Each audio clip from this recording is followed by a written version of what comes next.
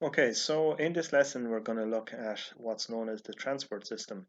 So if we have a look here, so if we were to look underneath the skin, this is the kind of arrangement that would be set up in the body. And what we're talking about when we talk about the transport system, we're talking about this guy here. Okay, so we have the heart, and then we have this what's known as the circulatory system, which is a whole network of veins and arteries and capillaries that stretch the whole from the tip of your toe to the top of your head.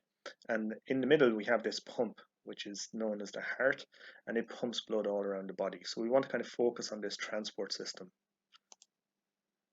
So, what's the purpose of this whole system? Like, why did nature develop this circulatory system? So, its purpose is it's a transport system and it's needed to move materials around the body. So, things like oxygen, we breathe it in, it's moved around the body by the circulatory system, and we also want to get waste out of the body. So, the transport system is used to move materials around our body. So, our transport system includes so it's made up of the blood. It's made up of a system of blood vessels to carry the blood. So, for example, you can see here the whole complicated system of blood vessels. And then we have the heart, which is used to pump the blood, okay, around these complicated uh, blood network. And then if we focus in on the blood itself, so the blood is made up of four parts. So we have this stuff called plasma. We have red blood cells, we have white blood cells, and then we have these things called platelets. And our blood is basically a mixture of these four components. And we're going to look at each of these components in a little bit more detail. So the plasma. Okay, so the plasma, what is the blood plasma? Plasma is the liquid part of your blood. And this here is a bag of blood plasma. So this is kind of like what it looks like. And what does it do? It carries dissolved materials around the body. So, for example, food is dissolved into this blood plasma and it's transported all around the body. It carries heat from warm parts of our body to cooler parts. So, again, heat is moved all around the body in this plasma. It carries red blood cells, white blood cells, and platelets as well. And we'll talk a little bit about what these guys do. But again, all of this, the blood plasma carries out all of these functions here. So by carrying heat, our blood plasma helps to keep our body temperature at 37 degrees Celsius. So that's the optimal body temperature, and we maintain that through the help of this stuff called the blood plasma.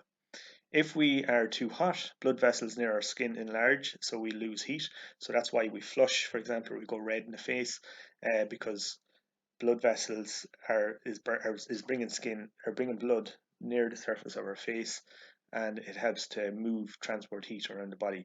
So if we are too cold, blood vessels close to our skin get small, so we retain heat as well. Okay, so again, the purpose of the blood and the blood plasma is to kind of maintain our body at this nice 37 degrees Celsius.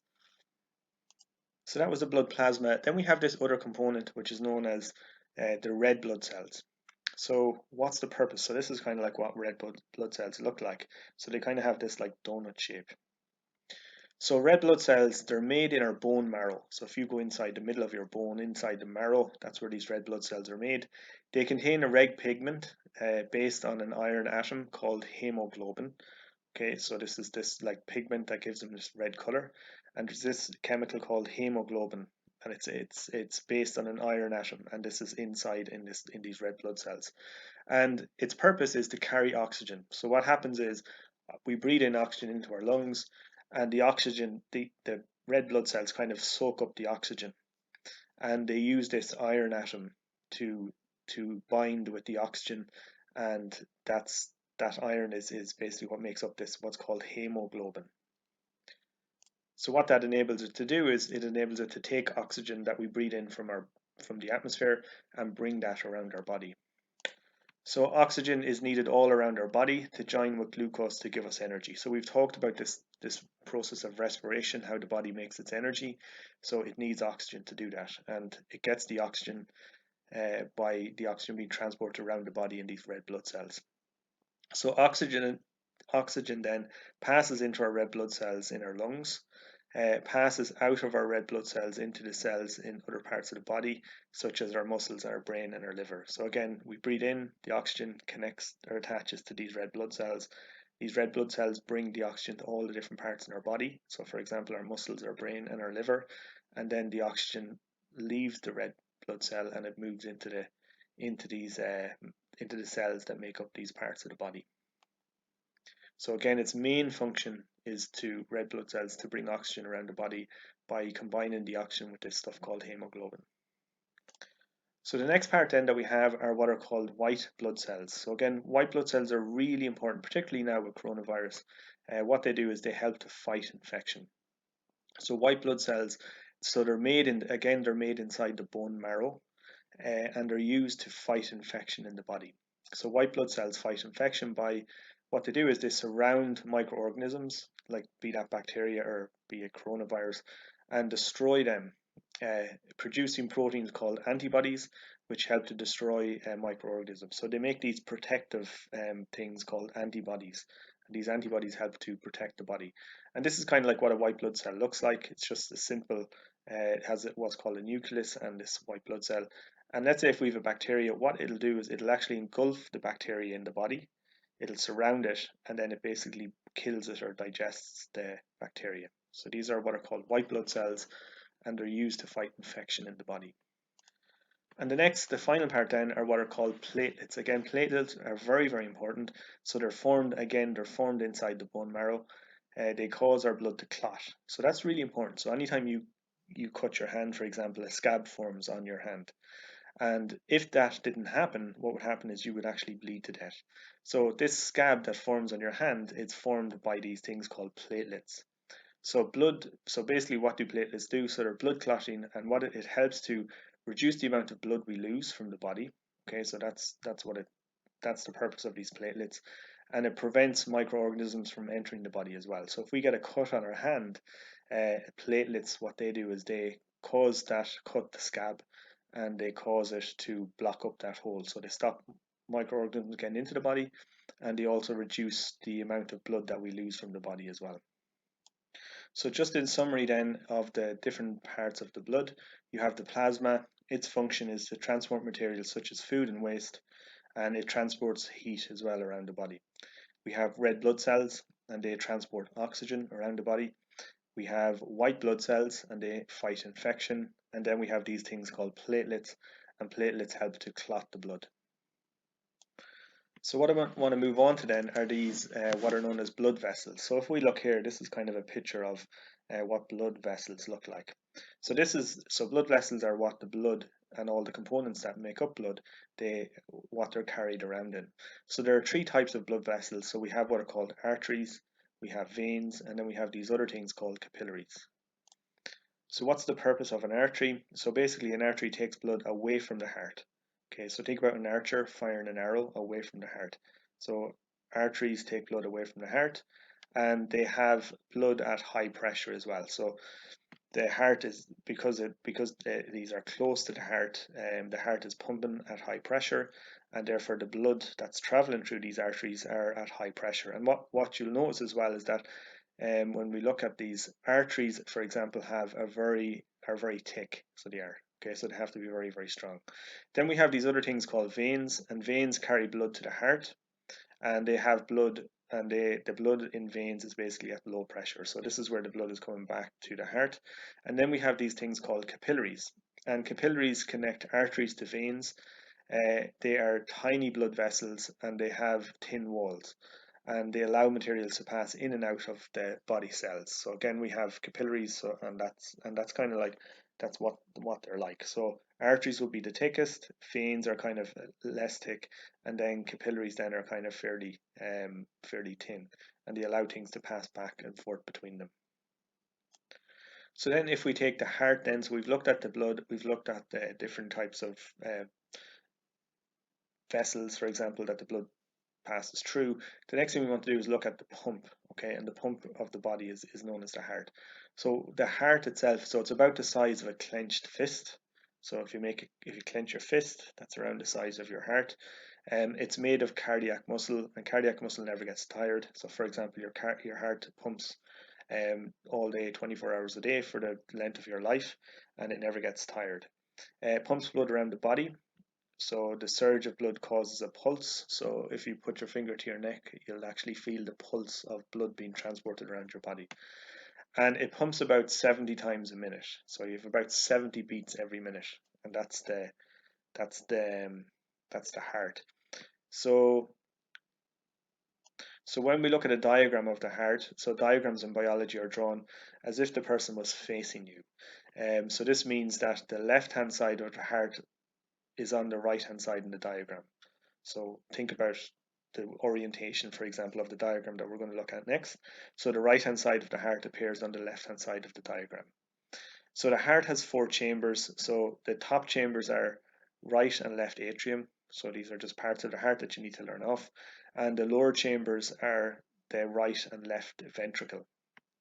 And then we have this thing called the septum, and that's the wall down the middle of the heart, and it divides the heart. And then we have what are called the valves in the heart, and they basically allow the blood to flow in only one direction. So we'll have a look at these now. So this is what a diagram of a heart looks like.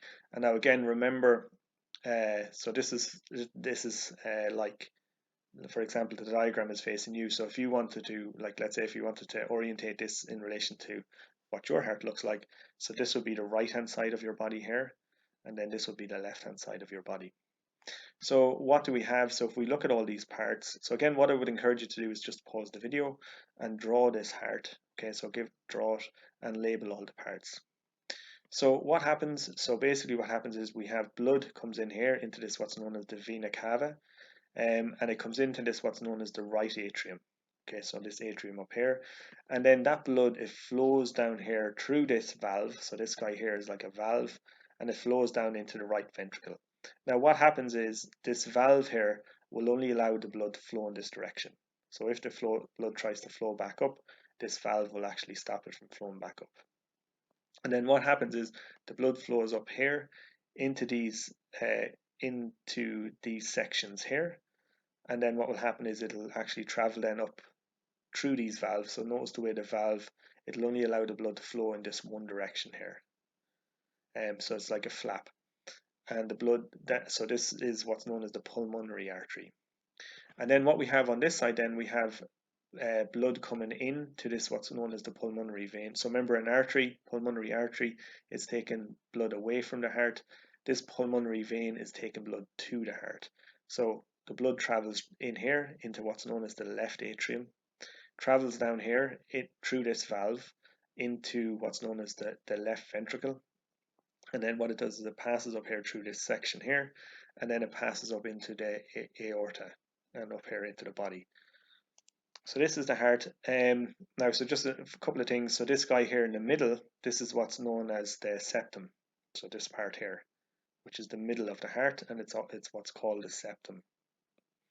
And remember, this whole organ is made out of muscle cell, and it's what's called cardiac muscle. And cardiac muscle never gets tired. It just keeps beating and beating and beating. So this here kind of shows how, for example, how the heart is connected to the lungs, and then how the circulatory system is connected then to, it brings blood then all around the body. So what happens? So blood low in oxygen enters the right side of the heart and is pumped to the lungs. Okay, so if we think about this right side of the heart, okay, so this here is the right side of the heart. So imagine if you were facing it, this would be your right side here. And what's happening is, so blood low in oxygen. So basically this blood, where is it coming from? It's coming from the body. It comes up here into the right side of and it appears left on the diagram, but this is the right side in your heart.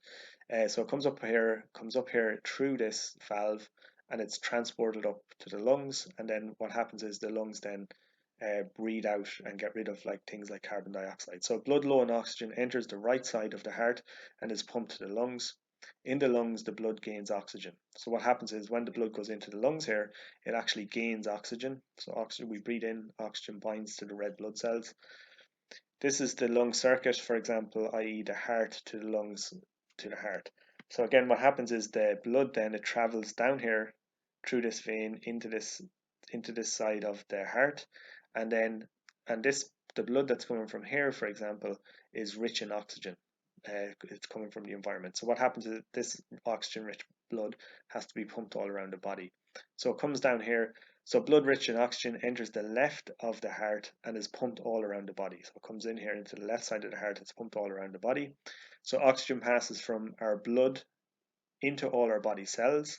So the oxygen then is, this oxygen rich blood is transported all around the body by the heart, and the oxygen then passes from the blood into all of our body cells. And this is what the body circuit of the heart. So for example, heart to body to heart. So again, we have heart, it goes to the body, and then it goes back around back to the heart again. Whereas this up here is heart to lung to heart. Okay, so this is known as the lung circuit, and then this down here is what's known as the body circuit. So blood is now, so down here, for example, when the blood is coming back from the body up to the back up to the heart, the blood is now low in oxygen and it goes back into the right side of the heart. So it goes back up here, goes back up into the up to the lungs to get reoxygenated. So just a breakdown in the heart. So what happens is the heart, so the right ventricle pumps blood from the heart to the lungs. As this is a short distance, this chamber has a fairly thin wall. So again, if we have a look here at these guys here, so what's happening is this is a fairly thin wall, and it's getting pumped back up here. So the left ventricle then pumps blood from the heart to the body, and as this is a long distance, this chamber has to be fairly thick as well, because the blood is going to be under a lot of pressure. So the pulmonary artery takes blood from the heart to the lungs, and it carries blood low in oxygen. So most arteries have oxygen-rich blood. So pulmonary artery these are actually low in oxygen. So the pulmonary vein then, it takes blood from the lungs to the heart, and it carries blood rich in oxygen. And then the last part then is just this thing called a pulse, and we're going to do some exercises tomorrow in relation to the pulse. So a pulse is the pressure of the blood as it surges through an artery due to the heartbeat. And a pulse can be felt in the wrist or neck, as arteries are close to the surface here. And the pulse rate measures the rate of a heartbeat. So that's just some of the basic theory in relation to the circulatory system and the heart. And tomorrow we're going to do some activities outside as well. And we look at, for example, blood pressure. Okay, thank you for listening, and I will talk to you tomorrow.